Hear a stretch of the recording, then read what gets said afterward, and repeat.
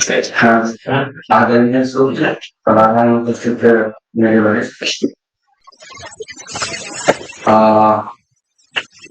प्रियदर्शन जी ने बिल्कुल ठीक कहा। उन्होंने फोन किया था, सचमुच किया था, और इसका मतलब ये नहीं था कि ये वक्तव्य मुझको देना था, इसलिए मैंने इनसे खुद को साझा करने जी चुना लिया।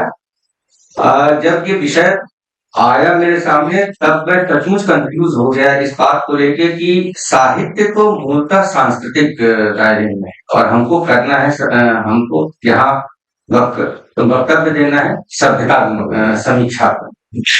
जो मेरी बुनियादी चिंता थी वो इसी बात की।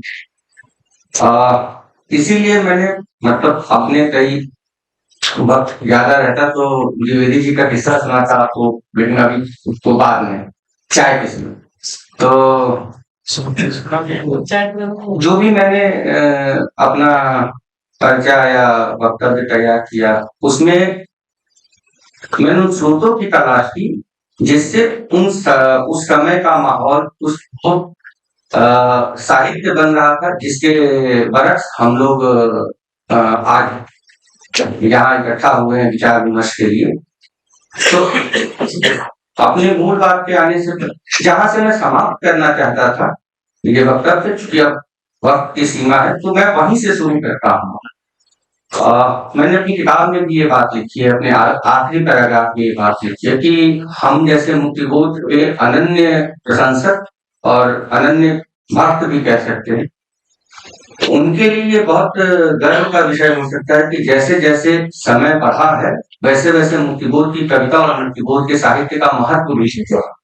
ये एकदम एक मानी हुई बात है मेरे लिए, जैसे जैसे हमारा समय बढ़ा है। लेकिन एक सामाजिक के रूप में, और शायद मुक्तिबोध आज जिंदा होते तो, मैंने अभी चाय के समय रमेश जी से पूछा कि आज मुक्तिबोध होते तो कैसा, तो बोले परेशान हो रहे होते या रो रहे होते, कुछ ऐसा ही उन्होंने कहा। तो ये मुक्तिबोध के लिए और हम जैसे जो यूतर उनके पाठक हैं या अधेड़ होने की ओर चल पड़े पाठक हैं, वो इस बात के लिए चिंतित होंगे कि आज भी उनका साहित्य उन्हीं अर्थों में प्रासंगिक है जिन अर्थों में वो अपना समय देख रहे थे। ये उनकी कविता की सफलता नहीं, हमारे समाज की असफलता है। जो सबसे बुनियादी बात मुझको समझ में आती है वो यही कि ये हमारी एक समाज के रूप में विफलता है कि हम 60 साल या आज 60 साल के बाद भी हम वो समाज नहीं बना पाए जिसका सपना मुक्तिबोध देख रहे थे, जो शोषण विहीन हो, समता मूलक हो, विद्वेष जहां न हो, दंगे न हो, फसाद न हो, वगैरह वगैरह।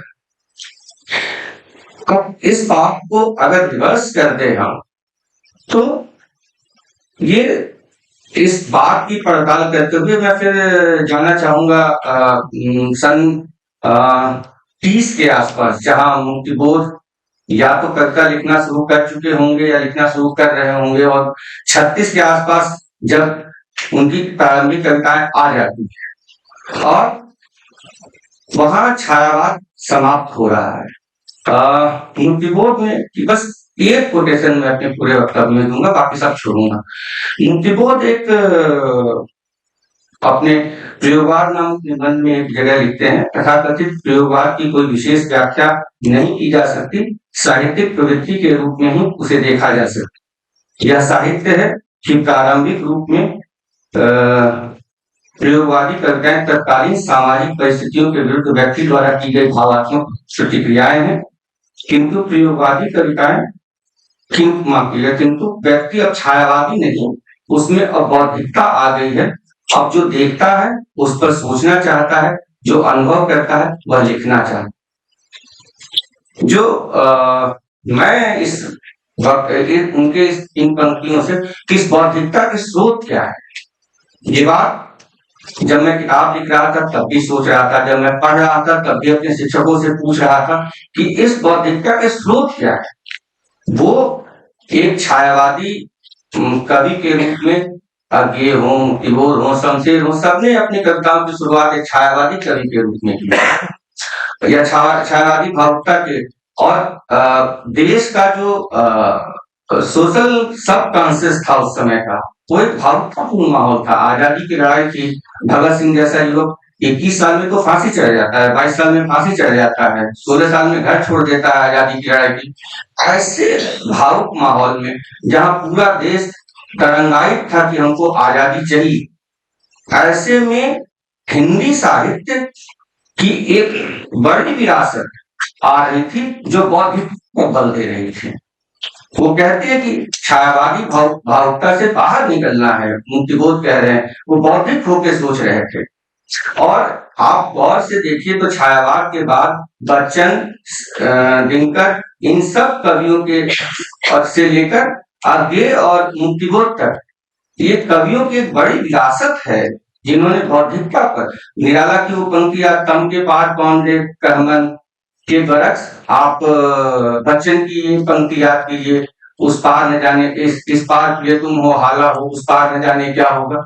ये भावुकता के समानांतर जो बौद्धिकता का विकास हो रहा था, इसका स्रोत का क्या था, यही मेरे इस पर्चे का या इस सभ्यता मूलक विमर्श का बेसिक आर्गुमेंट है। मैं बाकी सारी बातें छोड़ दूंगा, जो कहूंगा इसी के इर्द कहूंगा, बाकी छोड़।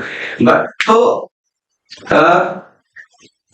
सोचने पर देखा कि जब 20वीं शताब्दी की शुरुआत हो रही थी और 19वीं शताब्दी खत्म हो रहा था, उस समय पूंजीवादी व्यवस्था का एक नया रूप हिंदुस्तान में विकसित होना शुरू हो रहा था, जो यहाँ के देसी पूंजीपतियों का था, जो कॉलोनियल सिस्टम से बाहर निकलता है, जो कॉलोनी की जो कैपिटलिस्ट व्यवस्था थी उससे बाहर वो आता है।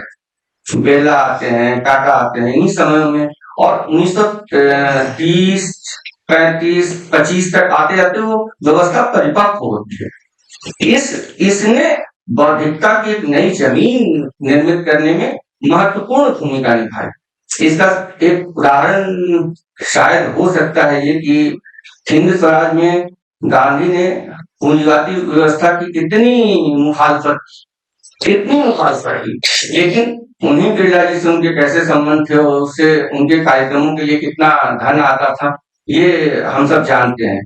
तो ये अंतर जब संक्रमण के दौर से गुजरता है, जब भी समाज में संक्रमण आता है, तो ऐसे अंतर विरोधी व्यवहार और वक्तव्य आते ही आते हैं, इसमें कोई बड़ी बात नहीं है।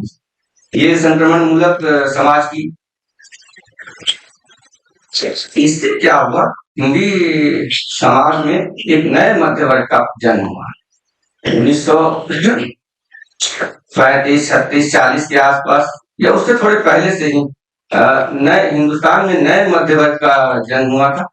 ये और आप हिंदी कविता का इतिहास उठाकर देखिए, छायावाद के बाद कुछ गिने चुने महत्वपूर्ण कवियों के अलावा सबके सब शहरी मध्य वर्ग से संबंधित हैं, और सबने शहरी मध्य वर्ग के जीवन को, नागार्जुन त्रिलोचन इसके अपवाद हैं, वो मतलब है, ऐसा नहीं कह रहा हूं कि दूसरा पक्ष नहीं है, या जिन अर्थों में हम नागार्जुन और त्रिलोचन को आधुनिक जिन अर्थों में हम अज्ञेय और मुक्तिबोध को आधुनिक कहने के अधिकारी हैं, उन्हीं अर्थों में हम त्रिलोचन और नागार्जुन को आधुनिक नहीं कह सकते हैं या नहीं कहना चाहेंगे। तो ये एक बात थी कि इसी से जुड़ी हुई बस एक छोटी सी बात अज्ञेय और मुक्तिबोध को लेकर मैं कहना चाहता हूं कि अज्ञेय और मुक्तिबोध आधुनिक हिंदी कविता के या हिंदी साहित्य के दो महत्वपूर्ण कवि हैं, उपन्यासकार हैं, साहित्यकार हैं, और ये दोनों आधुनिकता के दो सिरे हैं। अब ये अपने बारे में जितना विश्वास रखते हैं, अखंड विश्वास उनको अपने व्यक्तित्व में, अपनी कविता में, उनका केस कंबली तो अपनी साधना से बिना बजा डालता है। और वो कलगी बाजे की हम लोग क्लास में पढ़ाते हैं, उसमें आखिरी 2 पंक्तियां हैं, सब जादू है पर मेरा समर्पण क्या कुछ भी नहीं। ये पूछना कि मेरा समर्पण कुछ भी नहीं है, ये बहुत बड़े आत्मविश्वास की चीज है। आत्मविश्वास के बाद मुस्काओं से दिया आता है और उसको हम लोग गिरा गिरा देखते हैं, लेकिन ये अज्ञेय का आत्मविश्वास इतना मूर्खतापूर्ण नहीं है। इसके बरक्स मुक्तिबोध हमेशा संकालु अपने प्रति सबने, अशोक जी ने सदा ये बात कही हो, वो अपने बारे में कितने संकालू हैं वो बताते रहते हैं। और उनकी कविता से लेकर उनके अशोक जी ने लिखा है या सुनाया था कि वो उसका अंधेरे में का पाठ करते हुए एक आध दो बंडल बीड़ी पी गए। ये बीड़ी पीना भी उनका तनाव ही था जो कविता पढ़ते हुए फूट रहा था, या कहते हैं सब चाय वो पी डाले हों। ये तो एक बात है। अगर समय हो तो मैं दूसरी बात शुरू करूं, क्या था? धन्यवाद।